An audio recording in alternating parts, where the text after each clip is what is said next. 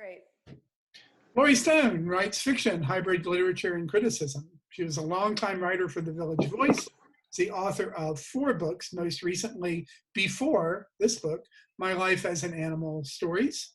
Her work has appeared at N+1, Evergreen Review, Fence, among other publications.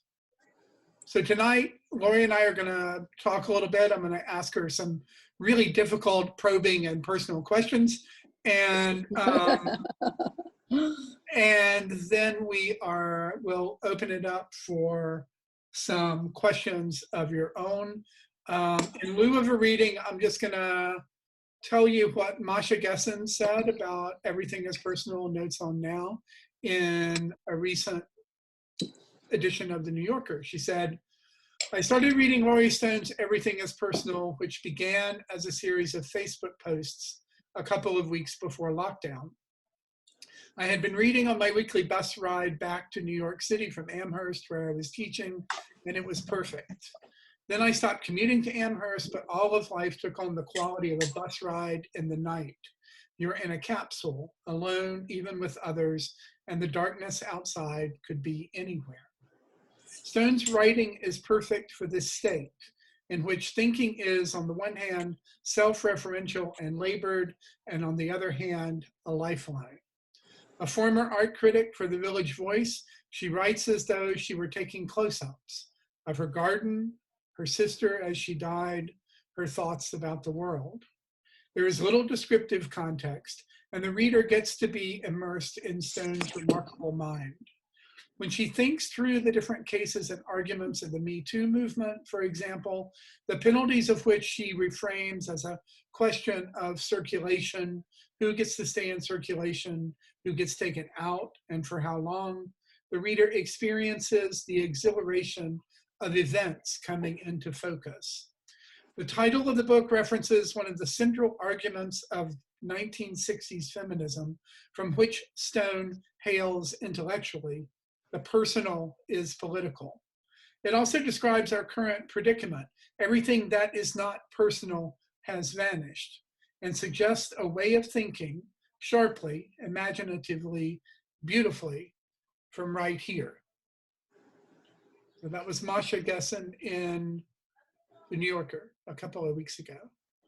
So I got a lot of questions, Laurie, but the first thing I want to just ask is kind of a baseline thing is how did writing become important to you, and how did you make the connection with The Village Voice and begin to write for them?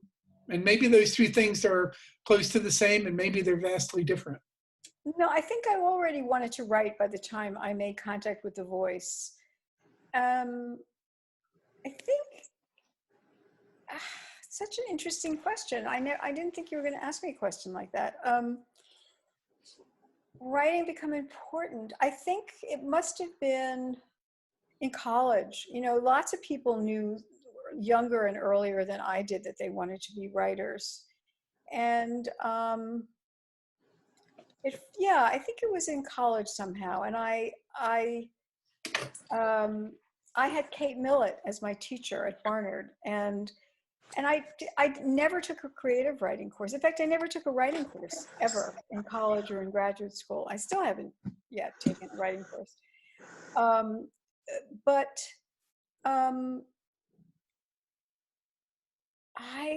I honestly don't know. It's really a good question.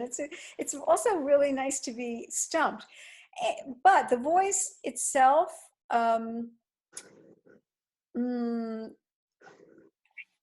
I don't remember how this happened, but in my early 20s, someone must have put me onto the fact that the Book of the Month Club, I think it was, needed readers to review the books that they would, take in. I mean, somehow they paid you. It was a very small amount, but now it looks like a large amount. It was like 100 years ago. I think they paid you $50 to take one of these books and write like a 250-word thing. So I started reviewing books for the Book of the Month Club. And then So I had the books way in advance. And the first place I published wasn't The Voice. It was actually the New York Times Book Review, believe it or not. That was my first published piece. Um, but I shortly after that got to The Voice, and I had one of these books, one of these early galleys, and it was a book about the women in D.H. Lawrence's life. And somehow I got to the book editor there and got them to assign it to me. I wrote it, and they made it the Voice for that little moment in the 70s had a front page and a back page. And so the art section was actually the back of the paper had an art section front page. And they made it the front page story in the back. So my first piece for The Voice was the art's front page. And then I just was able to worm my way in. It was really a worming kind of situation. And I am a good worm. I'm a very good worm. So once I get my suckers into you, it's hard to, get me off. And I proved to be the kind of writer for The Voice that would always deliver whatever I said I would do. So I was kind of like a Clydesdale, with big furry feet. I would pull the piece right in to the to the barn, and it was ready to go. So I think I earned my way there that way by being just astonishingly unnuts in a paper that had a huge number of nuts. I was a nut, but I did not act out at The Voice. So it was very helpful for staying there for such a long time. Yeah. And you wrote about lots of different cultural things at The Voice, right? You wrote about books, you wrote about... I wrote about books, I wrote about comedy, I wrote about the women's movement, really. So, so that's been the through line, I would say, from the very beginning. Meeting Kate, getting involved in the women's movement became the quickening component of my life, my mental life, my intellectual life, my literary life. I knew something, or I was able to think about something in those terms that allowed me to always see something from another perspective. I always think of the drawings in Art Spiegelman's Mouse, always from the bottom up. And so all the other figures in Mouse you always see the bottom under chin, the underneath of their chin, because the mouse is always, is always looking up. But on the bottom, you can see very far.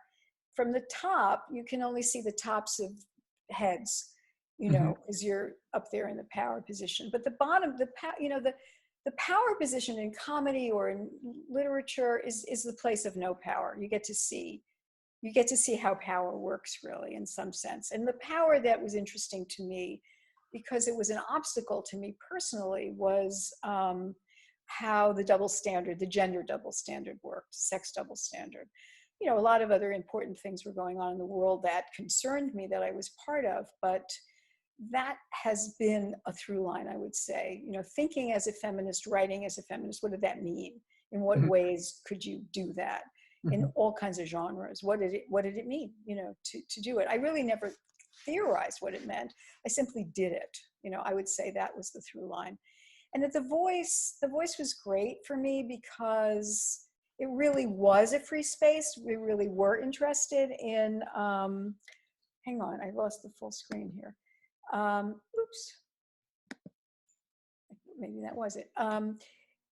So, independent, you really had your own voice. It was like this screen here. Everybody was, on the Hollywood squares, but, everybody was connected, but independent, individual. But we were making we were also advocates, for whatever countercultural activities we were interested in covering at the same time. So we were making the revolution and covering the revolution at the same time. There was no objective, reporting or writing. And in terms of, style or experimenting with forms, it was very free. I mean, I felt a lot of freedom. So you learn to get a voice, and then that voice could do a lot of different things depending on the genre or what you were interested in. Mhm.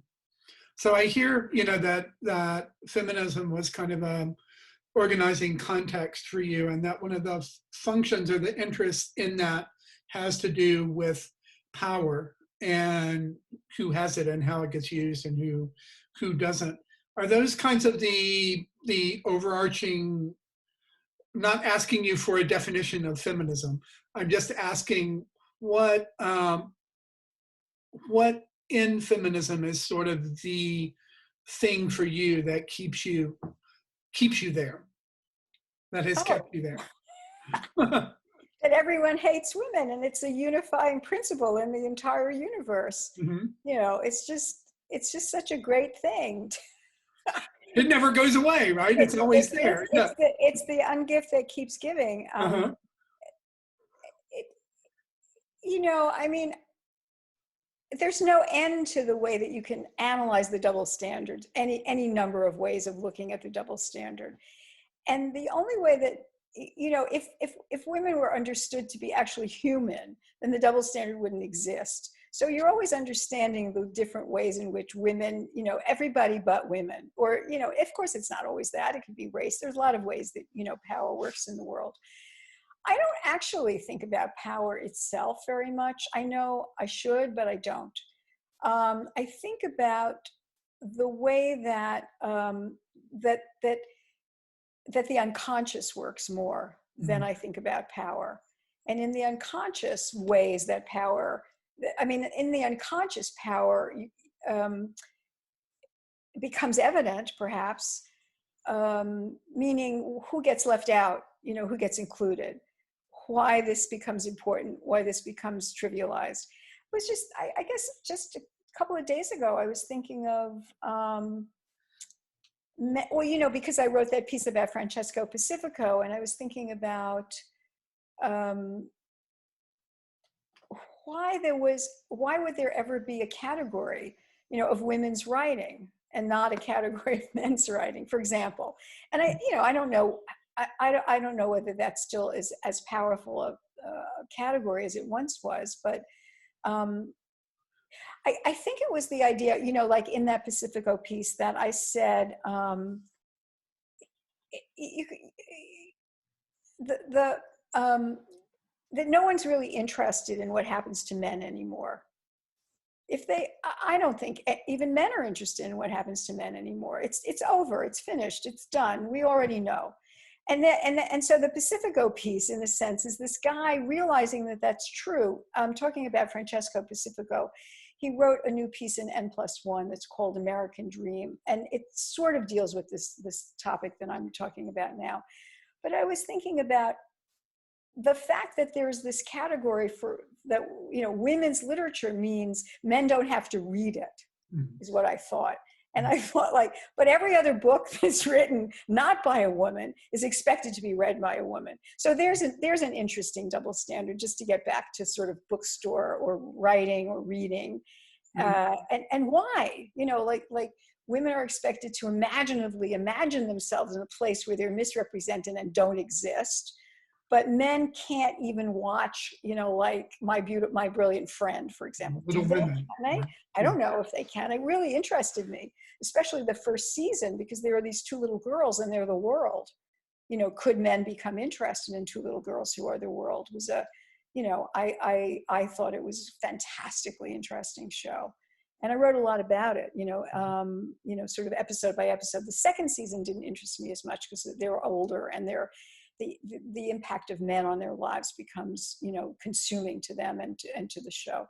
But so, for example, that women are expected to read the books of men, but men are not expected to read the books of women. What's that about? Right. It's easy So, to, the answer is it's very easy to know why. Because men are not interested in women. They don't think they're interesting. They don't think they're real. They don't think they're very human. I mean, if they were, then they'd be interested in what women are interested in. But that, I think, is shifting, and it's really interesting. I think it is shifting. okay, I'm going to leap to another thing, but I'm going to come back. Okay. Okay, sure. Um, you wrote a lot about comedy at the Village Voice, and in fact, you have a book that is about stand-up, Mm-hmm. stand-up comics that you saw during that period. Do you want to talk a little bit about what seeing comedy and writing about comedy, what you learned from that? Yeah, it was great. It was my idea. One of the things I did at The Voice was write a lot about theater, and so you were sort of on the desk. You were. I mean, there was Michael Feingold in the time. Was always the sort of the head critic, and then other people who were interested in theater or who got to write about it regularly. Um, got assigned a play because, and there was a tremendous amount of very interesting theater to cover because, we covered off and off Broadway theater and all this fringe work. And it was very exciting, very interesting. But in the 80s and 90s, there was the advent of performance art that was alternately covered by sometimes dance, sometimes haircuts, sometimes lighting, but it was also covered by theater, and a lot of it was solo performance, and a lot of it was in alternative spaces that were not necessarily considered to be theaters. It could be clubs and all of this stuff. And I thought, well, if we're going to cover solo performance in the idea of performance art, it, I was interested in the idea of the comic monologue as a kind of, why not think of it as a theatrical performance and look at it in the same way you would, let's say a performance art piece monologue. And so I just proposed this as an idea, and they said, great, go do it. I didn't really know what I would do with this column, but it was called Laughing in the Dark. I would write every other week, and the other person who was writing was Cindy Carr, C. Carr, who was writing about, sort of downtown performance. And so she might write about, somebody nailing their penis to a board, and I would write about, Richard Belzer or something like that.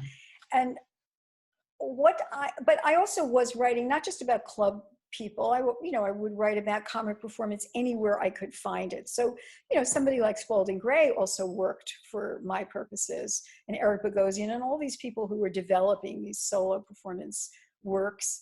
I just like to laugh, really. That was the reason I wanted to go.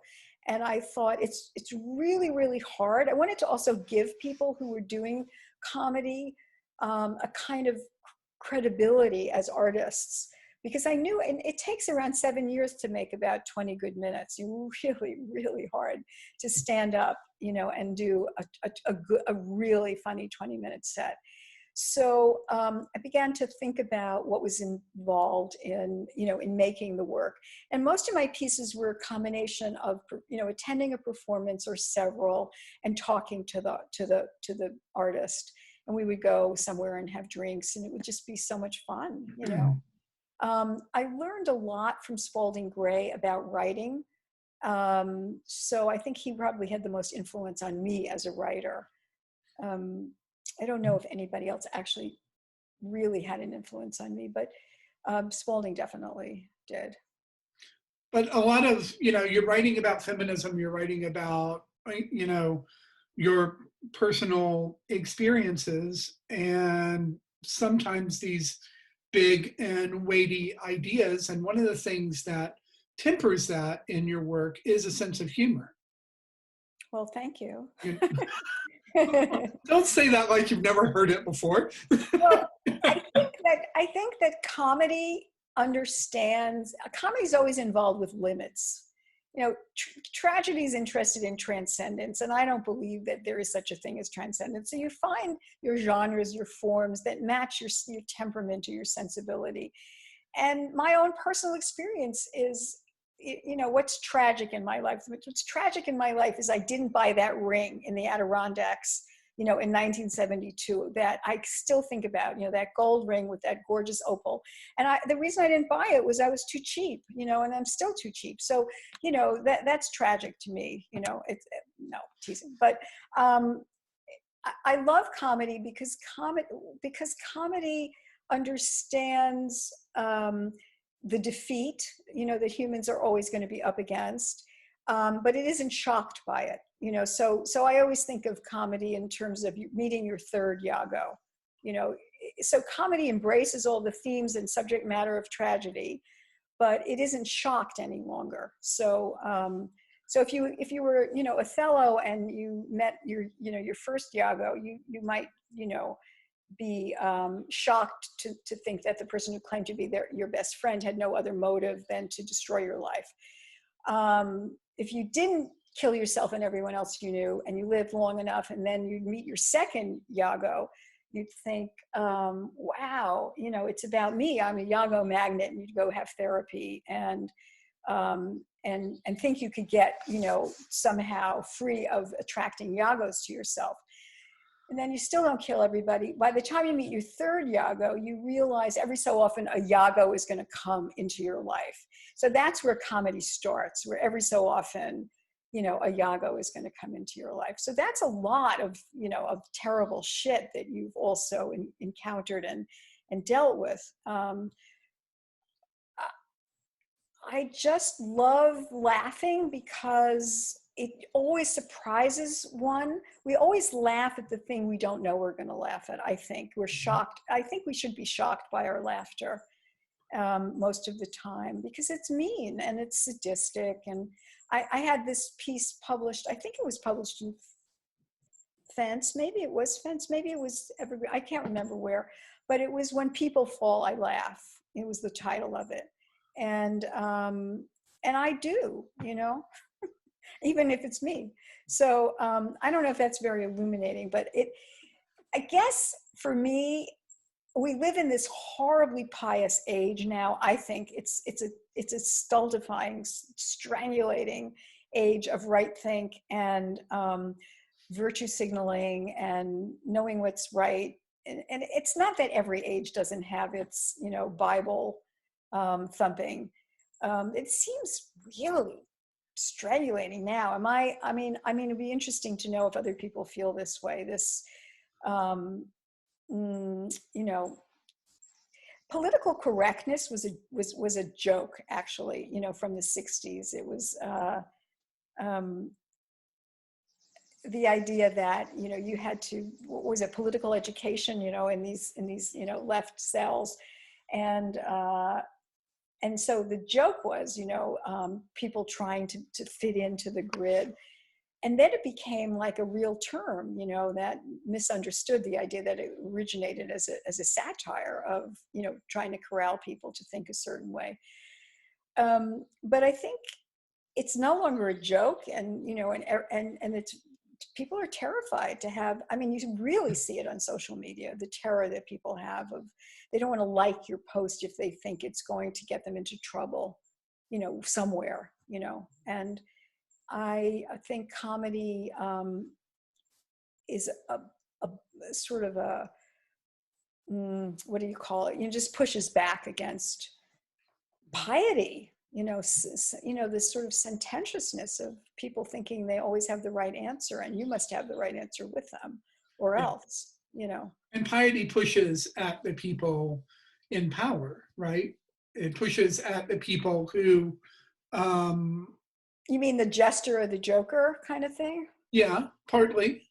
Yeah, And that's like political satire. I don't do that, as you probably know.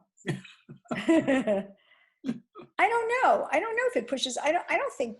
I don't know how power really works. Does it? I'd be interested to know if anyone on this in this board here knows how power works. I think it works through money, doesn't it? Isn't it like people who have trillions of dollars control everything? And even if we get a different government, are we really going to have a revolution? right, I'll right. still take the other government, of course, because this one is insane. But I, I see so many young people believing, in this fabulous moment of resistance and sort of this revolutionary urgency that is going to hopefully, help change our standing, our political standing. But, through Black Lives Matter and this resistance, I see them really thinking and believing that they can change the world and make a better world. And I I once believed all of those things too. It's just so hard to do it. It's really hard to do it when some people have trillions of dollars. That's really the obstacle, it seems to me. Right. You know, consolidated wealth of that magnitude. It can do whatever it wants. Mhm. You know, it's never going to be on my side. Mhm. Right. Yeah. All right, so let's talk about everything as personal. Okay. Um, Someone else is coming. Hold on. We'll let them in. We'll open the door for them. John, John Oakes, hi. Abigail Thomas, hi, Abigail.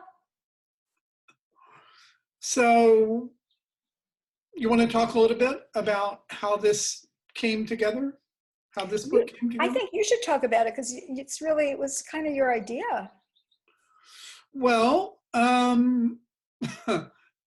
Laurie and I were the kind of Facebook friends that never talk to each other and don't really know each other for a very long time. Well, for a couple of years anyway.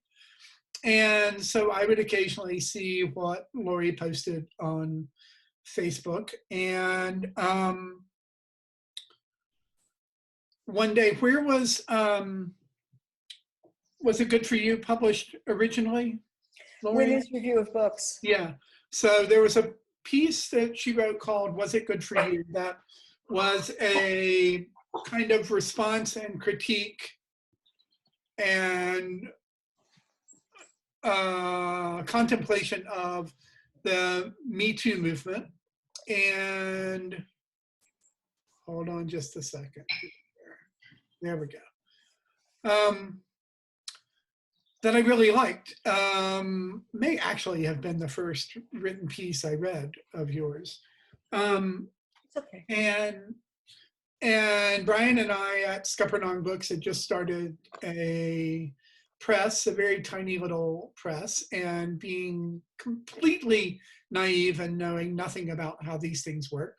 I eventually just wrote Laurie one day and said, hey, you got any interest in a collection of nonfiction pieces that would go with this? I realized after we talked yesterday, Laurie, that at that time, I did not look you up. I had no idea what other things you had published, who you were, what you had done before.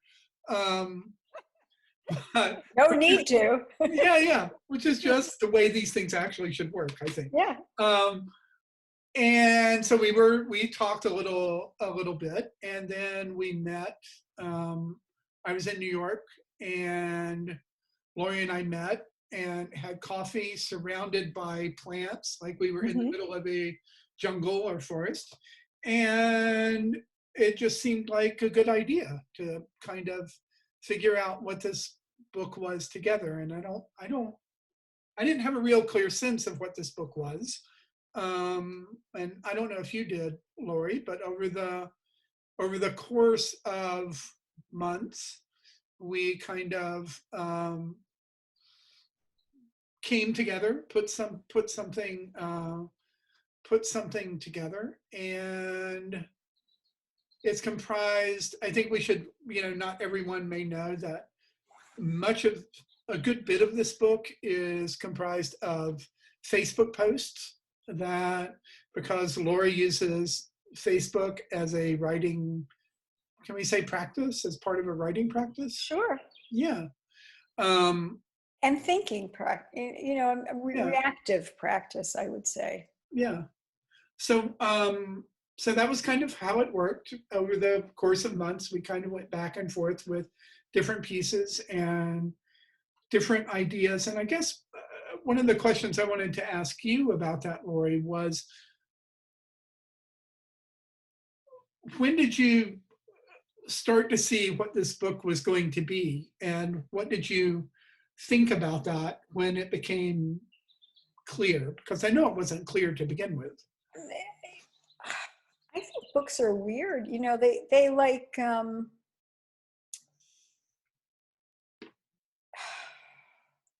I just kept liking it, honestly. I can read my work and like it or not like it. And if I don't like it, you're gone. If I read something and I still like it, then I'm happy. Uh, you know, this book is about what happened from November 9th, 2016 to now. Mhm. It's, oh, that's it. And so whatever was happening from the shock of that horrific turn of events, it produced, um, a very strong emotional reaction in me, and uh, certainly a topic-ish, sort of a topic, which was, why shouldn't everything stop? I thought everything should stop. This was a thing that had happened that should stop everything in this country, dead cold. Kind of has happened, but it was the virus, it wasn't me. So, um, so in a sense, it was the thing that was happening that shouldn't have been happening. Like regular life just kept continuing. Um, and so everything I wrote in that chunk of time had a flavor or a sleepiness or a dream, like whatever I did was was affected by this. I was completely inside that emotional and space. I'd never separated. I never woke up and thought, great, life is great, and Trump, fuck Trump, or whatever, was going on. I never ever thought. I thought, I'm always in this place. And so all the writing came out of that. And it had a tooth to it. It had a sameness. It had a sound. It had a music. Okay, let's put it that way. And so I think we were looking for the stuff that sounded like it had that music to it. Mhm. And that's what that book is, and other books are, have maybe something similar to their music, but that's the way I think. I don't think in terms of meaning. I think in terms of sound, in terms of music, much more than anything else in composing a piece or a book. And you had these great ideas, really. I was writing all these pieces in this, in the same time frame, and they were sort of like conversations with each other in a certain sense, and they were also conversations with each other in terms of style. They were writing experiments, so they had some relationship to each other stylistically, I think. And I think that's what Masha is talking about, in her Mhm. Right. review, that she Right. senses it as a book because it seems to be almost talking to itself, but it's talking, as while it's talking to the reader. And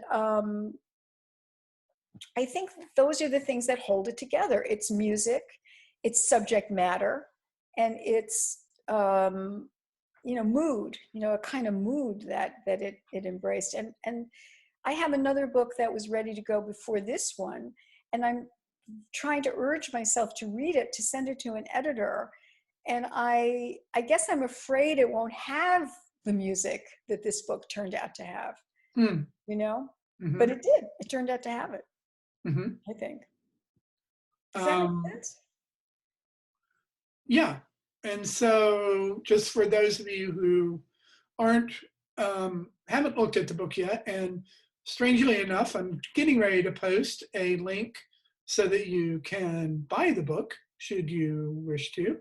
Um, this book is comprised of essays that were published in other venues and a couple of original pieces that you wrote for the book, and That's and right. then the longer piece called The Clock, which is covers Facebook posts From the election from the to election. whenever we published it. Yeah, probably to May or June of last year. Right. Maybe, yeah, maybe even August or something. But Yeah, I know I wrote in 1968. I thought it would always be 1968 in August, because Richard and I were actually, we wrote it whenever I started writing it, maybe in June when we went to England. And then I just finished it sometime in maybe July. So right. maybe that's the last peace piece. Yeah. Yeah, it turned out that the Facebook posts, oh my God, editing the Facebook posts was hilarious. You know, I downloaded, it was like Right. 40 billion, trillion words. And it was like, Well, you wait, know, before we talk about that, talk yeah, a little bit about, because everyone else hearing Facebook posts may be hearing, today I had, squash for dinner and I really hate my mother or whatever, that sounds good, actually. talk for a minute about how you use Facebook and what that, I do four things, I think, on Facebook. I try out narrative texts, like what I started to call postcards, pieces of creative writing that sometimes people think are true and aren't, and then they're mad at me because they think I lied. I lied on social media. Social media is supposed to tell the truth. So I trick that one. And then actual sort of truth, narrative is never true. It's always, it always has to, it's always only interested in its narrative truth. But then ones that are actually autobiographical, let's call it that. And I would say in this book, a lot of it had to do with my sister and her illness and my sister's death. So that was the sort of true, like the memoir. So there was sort of fictional or narrative, creative writing, little experiments, really short, memoir, narrative experiments, art criticism, which in my case is not about art really hardly at all. It's mostly about television. That's what I consider art, or a book, and social commentary. And social commentary could also be threaded through the other genres. And so those four ways of addressing, a reader on Facebook became the means by which I could also create longer pieces out of those chunks and just let those four different approaches be in combination with each other in a longer piece, and use them as kind of jump cut, ways of going from, here's a chunk of narrative you might think is autobiographical or you might think is fictional, and then I'm going to tell you a story about a book I read, and then I'm going to tell you a story about my mother and my sister, and then I'm going to talk about something political, and just letting those things not directly refer to each other, just by proximity, by placing things in proximity to each other, let feelings or meanings jump over the boundary of one thing just being placed next to each other, by proximity. I believe in the idea of these of montage. Really, it's a technique from film, right. but you can use it in writing too. Yeah. But your work is always very image-based, very experience-based, I think. I think it has a lot of parallels to film, not only in the techniques you're using that you're talking about of jump cuts and montage and this idea of close-ups or zooming in on something. There's a lot of that kind of film technique in the way that you write, I think. And it always to me seems to come down to the sensory experience of what's going on, or the inner experience, either sensory experience or like an emotional experience, inner experience of what's going on. So while it has intellectual components, that's not its primary No, pull. it wouldn't work if that. Yeah, I mean, if it would, Yeah. I don't really have any ideas anyway. So, but I have reactions to things, and I have complicated reactions to things. To me, a piece is about exhausting the possible. Again, for me, it's more like music. It's you set up your themes, and then you play your variations, and you have, and when you've exhausted all of the possibilities of these variations, the reader and yourself feel, both of you feel this sense of wholeness. It may not be completeness, not every loose end is tied up, Mm-hmm. and certainly resolution has not been accomplished. another reason I like comedy, because it's interested in contradiction that can't be resolved. Um, but there's a feeling of things being made more and more complex. And the more complex, the more voices and the more sides of something that you can show in a moment, Right. the more mysterious the moment becomes. And therefore, it doesn't lend itself to analysis or summary. It's going to defy analysis and summary. And as soon as you're on the I won't do analysis and summary train, you're always in the realm of fiction. You're never trying to purport to um, proclaim a truth or understanding. To the contrary, you're trying to open up, these things and see what else they offer the mind or the emotions. I'm trying to get people to feel things when I write, not know things. I think that's a really important distinction. I think there are writers who write to make the reader feel and writers who want to really impart knowledge. And I do not have the capacity to do the second one. Even when I've done reporting, it wasn't my goal to be a teacher. Right. Right. Hey, you want to open it up to some Sure. questions and see what goes on? See what happens? Please. Yes, please. So everyone is muted right now. If you feel free to ask a question, if you want to ask a question, unmute yourself. There should be a little button on your screen that allows you to do that. It's the little microphone down at the bottom. Please do. And the floor is yours, whoever jumps in first. Yeah, please ask a question. Richard Toon, do you have a question? You have to unmute. Unmute. No. You. I got one, Laurie. Yes. All right. Hi. Hi. Good to see you. You too. Hey, you sound like a talking here tonight. I hope that's not insulting to you. What I sound like? What? I A lost poet. it. Like a poet.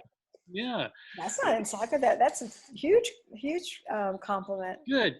And my immediate attraction to your writing is your immediacy, which is like your insistence that writing is thinking, which is actually super brave, right?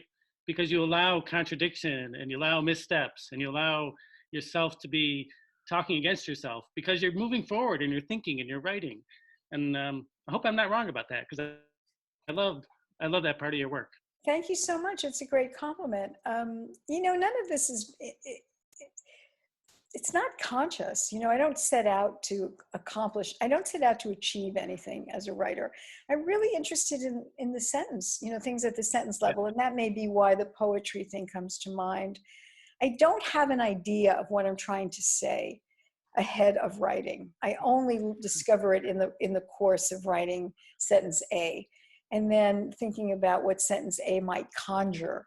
What kind of sentence B could be attached to this sentence A? And I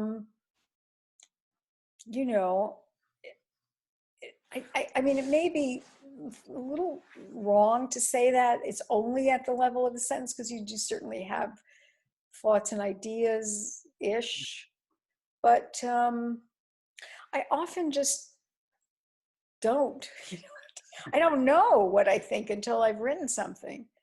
And maybe that's why writing is so appealing to me. It isn't always appealing, but it often is appealing. Anyway, thank you for that thought. Is that why, just quickly, is that why you think you read mainly poetry these days? Ooh, the truth comes out. Yeah, I think I learn from poets a lot about compression and how to I'm really interested in those end line things, which I can't really do very well. But they what's the thing, at the end of the line of poetry, what do you call that thing? When there's a name, you know what it is. Oh, okay. I'm calling O'Brien. Call O'Brien. Yeah. Does Brian know what it is, what you're talking about? Oh, Brian. Oh, yeah. I'm not quite sure what you You mean. know, what's at the end line, you know, the thing that turns, you know, when you know, Oh, you get to, Coda? what? Coda? No. No, just, it's okay. Anyway, you know, you get to the end of a line of poetry and the next line begins somewhere else, but it somehow connects to the thing that ended line, you know, that's what I'm looking to see. How do they do that? And so, I'm very, very taken by the work of Diane Seuss, who writes poems. They're definitely poems, but they're sort of chunks. You know, they almost look like chunks of text more than they look like poems to me. Some of her poems look like poems. And when I started reading Diane's work, I just learned so much from it. I just learned so much about what you could get done, you know, in a line, you know, how much you could get done in a line. And also Diane's, her,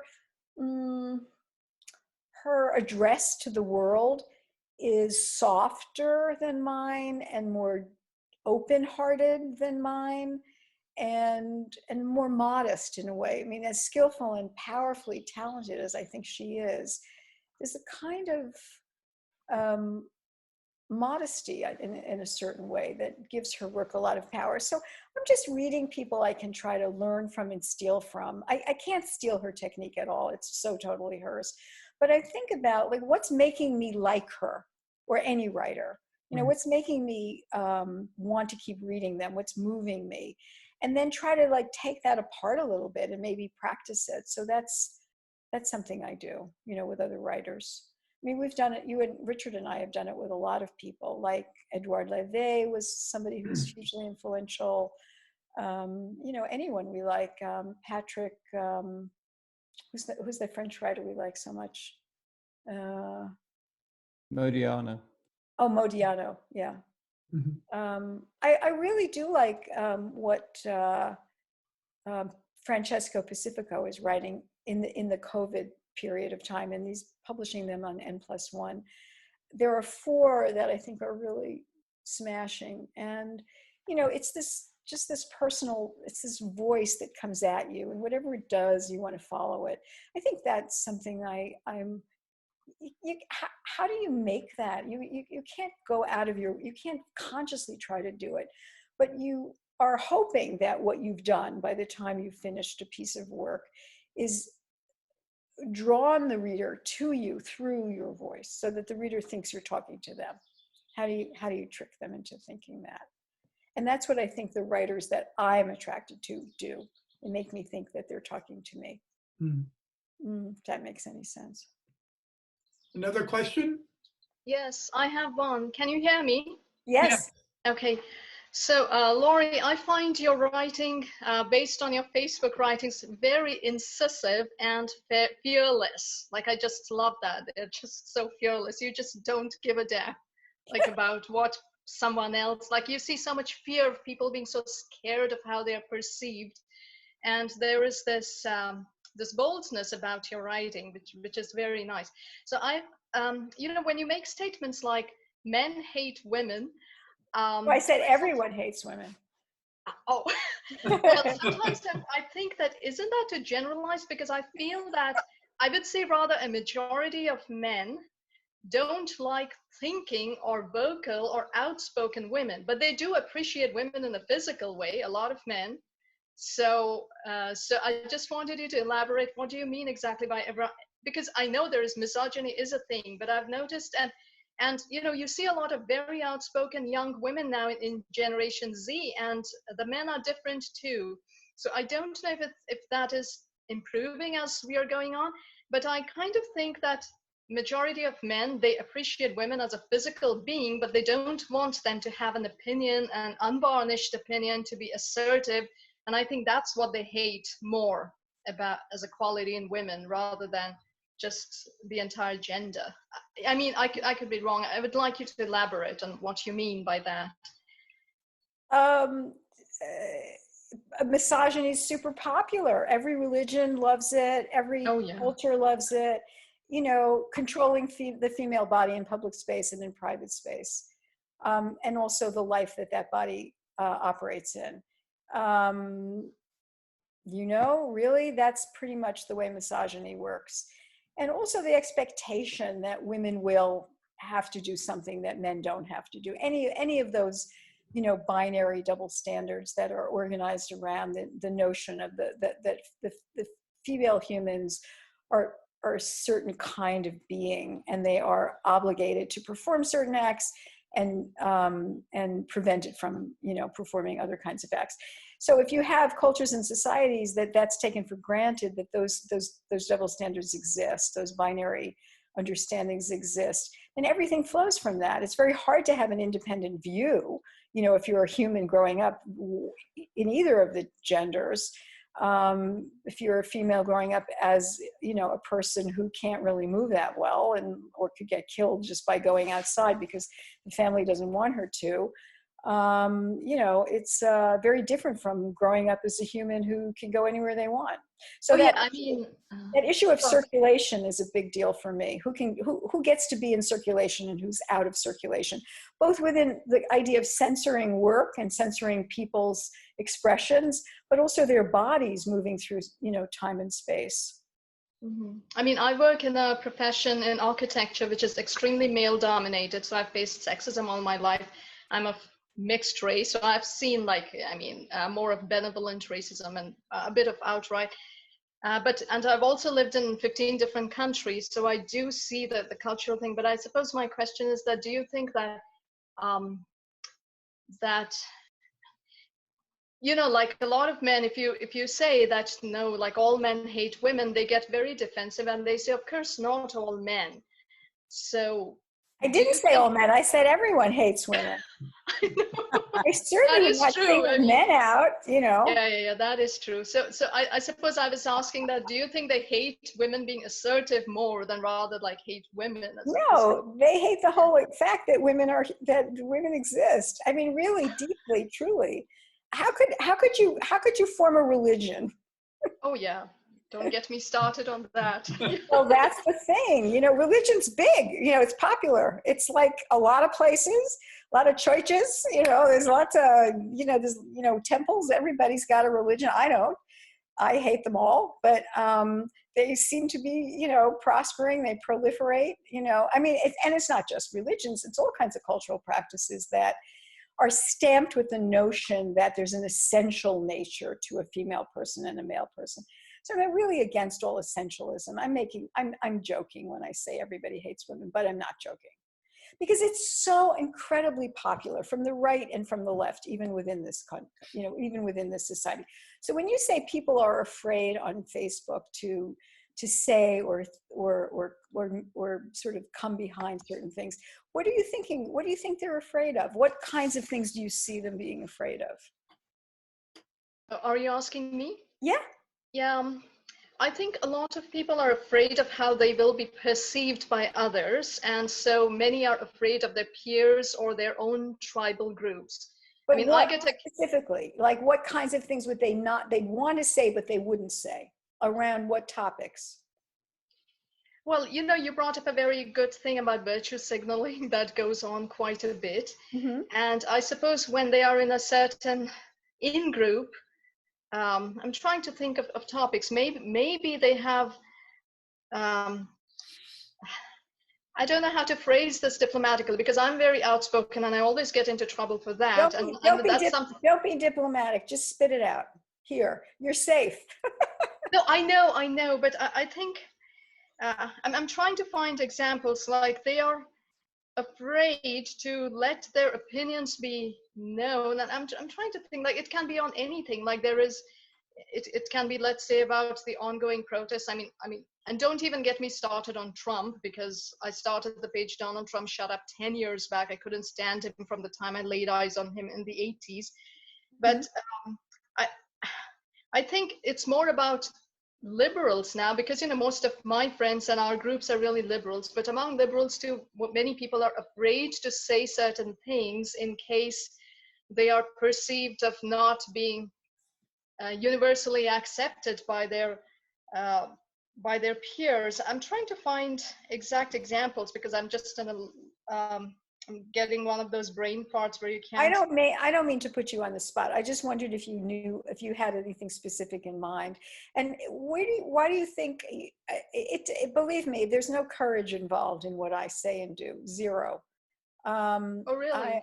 But it's so incisive. I mean, I wanted to ask you, where does that come from? Like, because it's a very I have admirable nothing to quality. lose. And I have no power. I have no job. I have absolutely no standing in the culture or the society. I have zero. Chris Christopherson, in Me and Molly McGee, freedom's just another word for nothing left to lose. Honestly, that's the truth. It's the simplest truth. I have no power. I have nothing to lose. So what do I have to lose? I might as well be myself. And I have some very unpopular ideas, I guess. I don't want to be unpopular. I actually don't have the personality to go with my mind. I don't. I'm thin-skinned. I may seem thicker skinned than I actually am, but I'm very easily hurt. I'm always surprised when people don't like my posts, believe me. And I mean, they're so obviously, sometimes, as you say, hilariously incendiary. But you know what? That post that I think you're referring to, the post I wrote was, everyone already hates women. You might as well be a feminist. I just wrote that like yesterday. Like hundreds of people like this post. And then I wrote another post that was much, much harder for people to like. And it was like, it had to do with, it's not your turn. I was saying it's always your turn to women, because it's always not your turn. In other words, you don't have to wait to talk. In other words, because we're in this moment of enormous and important, I think, racial awareness, and so many white people are really thinking about their racism and the way it's seeded in the culture and in them personally. And I think it's brilliant. And I think it's really, really important. But it's also so easy to squeeze out, the pieces of misogyny that are even a part of that movement, or just misogyny itself or sexism itself at the same time, is if you can't talk about anything that has to do with women's rights, because it's not the time now. We have this other giant important project to attend to. You could do both. You could do both, is what I'm saying. It's there's always more time to think about hatred of women, if you are allowing yourself to do it. And so that post got like 25 people, whereas the other one, which was silly and funny, got hundreds. So that wasn't surprising to me, but it was vaguer. The vaguer you are, the more you can entice people. But the more concrete you are, the more challenging you are. That's a post that people would be afraid to sign on to. Absolutely. Yeah. So in that sense, I knew it. I absolutely knew that. I was surprised I got anyone to sign on to that, because the idea that it's not your time really, really is unacceptable to me, to women, to be told it's not your time. It's always been told it's not our time. So, no, I'm not going to accept that. It's not my time. Unpopular. Does it take toughness? No, because I don't have the toughness. What it takes is, I can't not say this. It's this urge. It's an urge. It's like, I can't not say it. It's really pissing me off. I suppose that's the urge, like, I don't want to not speak. I don't want to be silenced, I suppose, is the point. And I think this self-censoring, once people start self-censoring, the job is already done. It's just like self-policing. You don't need a police force. You don't need an army of, the virtuous and righteous telling you what, groupthink, sign on for. It's done. You're already terrified. I know lots and lots of people who will not write the stuff that I write in social media, or even assent to what I write on social media, because they think they will get fired from their jobs.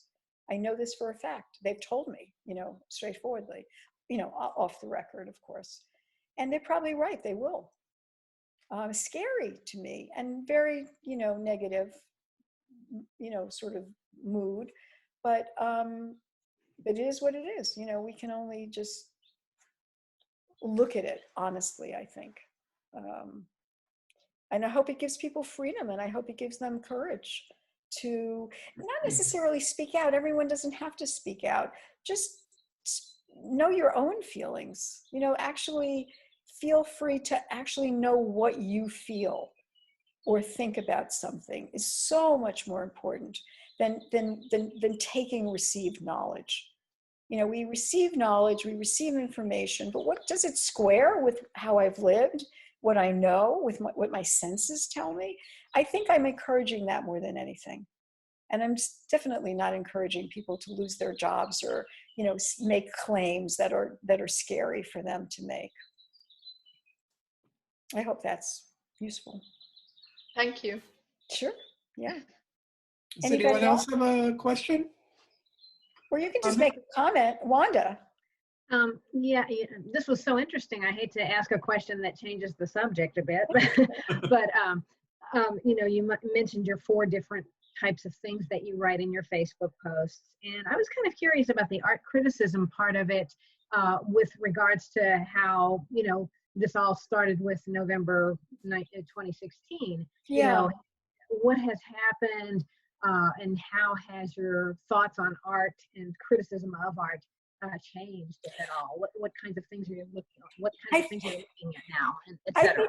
It's a great question. I think I think I was being a little high flown. Let me take you actually to what I do it there.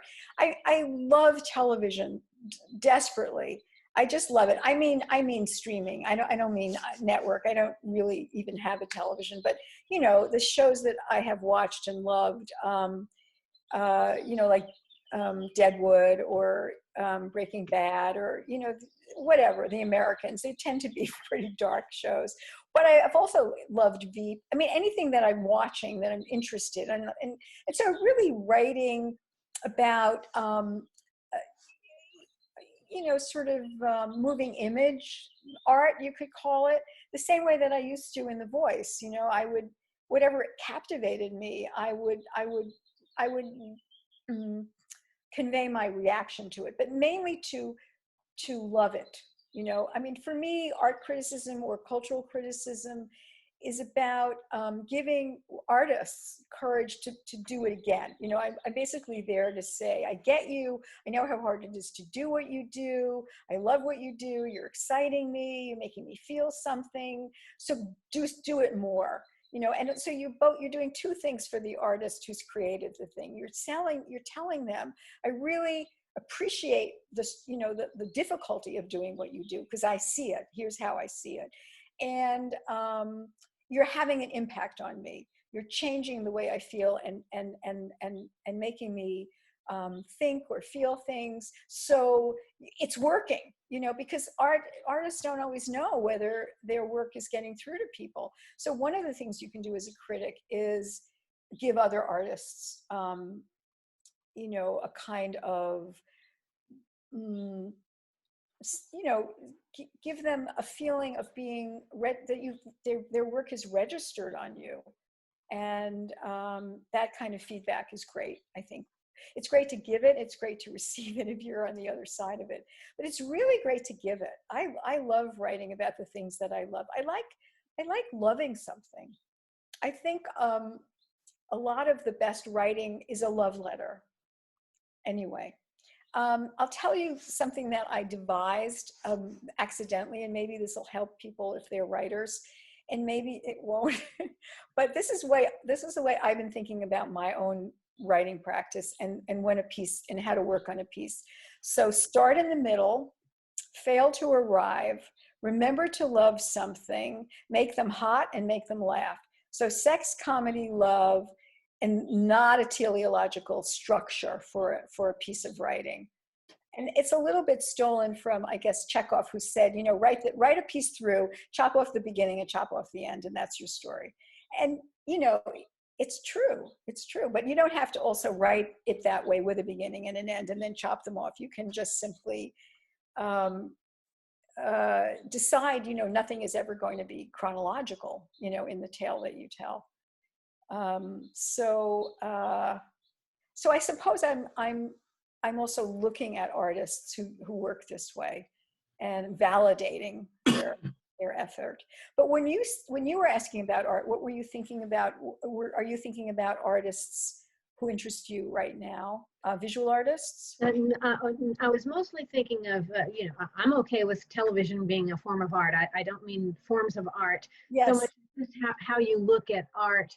Is there a different thing that you're asking or expecting of various art forms given the given the political world? Yeah, that kind of No, stuff. I don't think so. I think very little of the stuff that I was loving in this time was directly about the time. And some of the stuff that was maybe could be construed as about the time, like The Handmaid's Tale, I watch it. I hate watch it. I hate watch it, but I hate watch it rigorously because it's female suffering porn to me. And so I'm always very interested in works that become very popular that have to do with torturing women, as if they're not about torturing women. They seem to be about something else, like not torturing women. No, this is not about anything but the pleasure people take in seeing women tortured, especially by other women. So for me, The Handmaid's Tale and This Is America were two really powerful examples of the pleasure, the sadistic pleasure that the culture unconsciously takes in watching women beat other women up. So I'm there to say, this is a piece of sexism and misogyny, actually, folks. Yeah, I've appointed myself that role. I'm the misogyny whisperer, or the misogyny thing in the is it the parrot what's the thing in the coal mine? The canary in the coal mine. But I could be the parrot in the coal mine. Yeah, does that make sense? Yes, thank you. Oh, good, that's good. Laurie, you have a question about Whitman in the chat. Oh, okay. Who asked about Whitman? Look in do you want to look at it or you want me to read it to you? Yeah, read it to me. Sid says, I saw your recent Whitman post, dismiss what insults your soul. Yeah. Got to be sarcasm because exploring what insults your souls is a Laurie cottage industry. What are you thinking about Walt Whitman lately, and have you been reading him a lot? Oh, is it Sid who asked? Yes. Sid, why don't you show your face? Where is she? No, I stole it from another writer. It was Joyce Hackett was writing about her sister who had died. I didn't even read I just loved this thing because they had not been friendly sisters. And I guess, of course, anybody who writes about their dead sister, and this is very recent. She had very recently died just a few days ago. And it was kind of beautiful, I think, what Joyce was writing because they hadn't been close. And so I think Joyce was reminding herself using the Whitman line. And I was so struck by it, and for only this reason, because I feel very hooked right now in my own life on feeling treated badly by a particular person. So I have a little hook. And I guess just seeing that line was lovely. It sounded like good advice. I couldn't do it, but I'd like to try to do it. What is it? Dismiss what insults your soul, right? Yeah. And so I have no idea where he said it or why he said it, or, but Susan, what did you say? Laurie proposed, Susan, where's Susan? Susan, hi, what did you say? You want me to read it? Your audio is out. Oh, I see. Yeah, that Joyce is writing in about the complexity of how things are not resolved and our frustration. I mean, we have an ongoing relationship with someone, but then they stop talking to us. Yes. Because they died, and especially if we grew up in a complex family, and all these things can happen. But her writing that post was an example of the complexity that will not be resolved instead of the inspiration porn's summary endings of countless personal essays. Oh, yes, of course. Yes, I entirely agree with you. And yeah, those pieces that try to grapple with complexity that can't be resolved rather than trying to resolve the, the contradictions are very appealing to me as well. And I suppose I probably write them.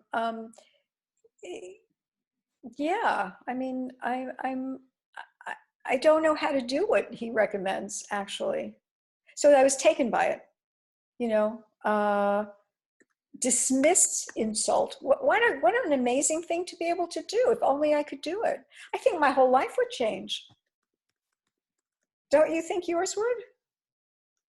Maybe you already can do it. I mean, is it turn the other cheekish kind of thing? It sounds too Christian. I don't like those kinds of, Christian things. But it can't be that. It must be something else. And, Whitman isn't going to take a piece of that, right? Who has any ideas, any further ideas about Whitman? Or what he meant, or what we should be doing now? I mean, I think he means it at a very personal level. I don't think he means we should dismiss like the horror of our government, Anyway. I actually think he's talking about art there. Oh, okay. Dismiss art that is not worthy of your attention. Oh, I remember. such a completely different. Okay, I completely misread it. I like my reading better. Yeah. It's much more helpful to me. Yeah. Uh-huh. Oh, he thought like bad art insults you, kind of thing. In a way, an insult to your system, like injury, like using insult as injury.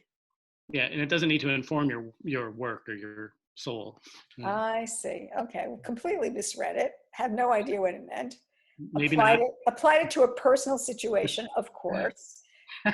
Thought, wow, what a great idea. I can't do that, and therefore posted it because I was wrong. Not wrong at all. Typical. No, it's very typical. Someone else had something I saw some buzzing down on the bottom here. Oh, 11 chats. What the hell is going on with this chat? We have time for maybe one more question, maybe? Come on. Who wants to jump in with a question? Please do. 11 You can do it on chat or you can speak. Yes. I have one I'm saving, Laurie. Okay. What about Mel? Mel, you're not saying anything. Can she talk? Can we hear you? Turn your thing on. Yeah. Hi. Go ahead. Hi. I don't have any questions, but I will say that just because Whitman said that doesn't mean he meant it. Doesn't mean he'd achieved anything. I mean, he's a complex guy. He wasn't a stupid man. He was a sensitive guy. Just because he said it, he put it out there. Good idea, everybody. Yeah, I agree. I do think it's a good idea. I just can't find a way to quite get it yet. But yes, agree. I agree with you. What time is it? Yeah, got this getting on. So what's your last question, Steve?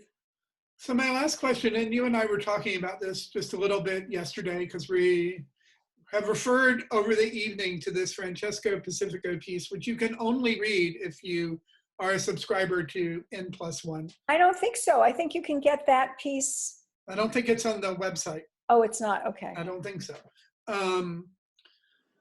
But part of that piece has to do with ideas of success as a writer and what success is and how you frame success, whether it's as money or as whatever, however you choose to frame that. And you've talked a lot tonight about not resolving things and not knowing what you want to say when you begin. And so there's a lot of uncertainty, around both the work as you're doing it and the work once it's done. As you're as you're approaching it. And I wonder how that uncertainty resonates or overlaps with ideas of success and what success is in such an uncertain enterprise. Meaning writing or Yeah. publishing? Well, you can choose either one. I mean, I would assume the answers may be different for whichever direction you want to go. Well, I think success isn't something that you think you have, anybody. I think other people might confer it on you and say you've become successful.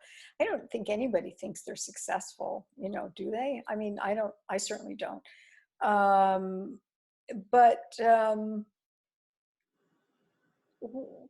What's happened for me over time is more and more, and this is really helpful for writing. I don't worry about whether something will work or not while I'm doing it. I'm in the process of writing something.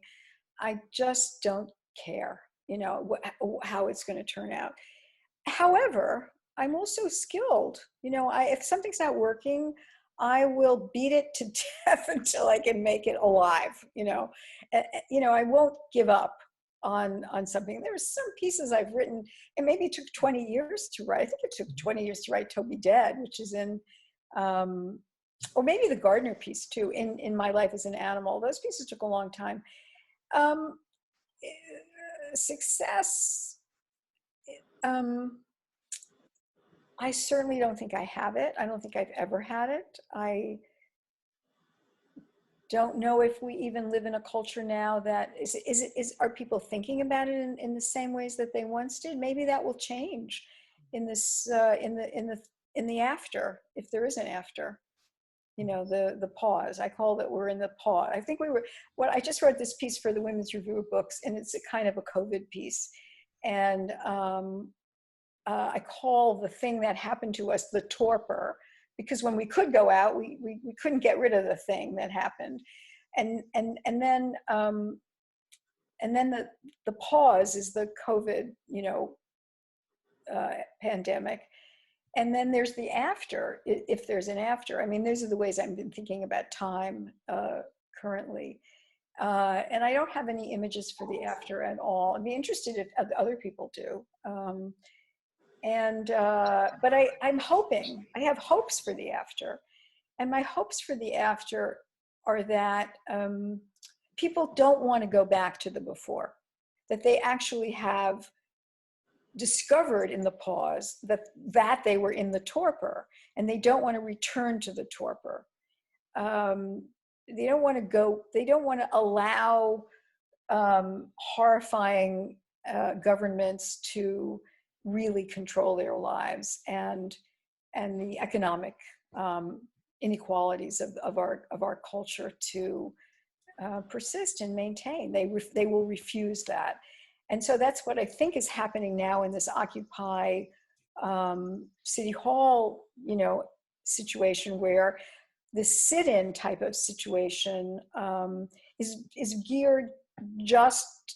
Was it today? Is it supposed to end today? Did they vote on the? They did, yeah.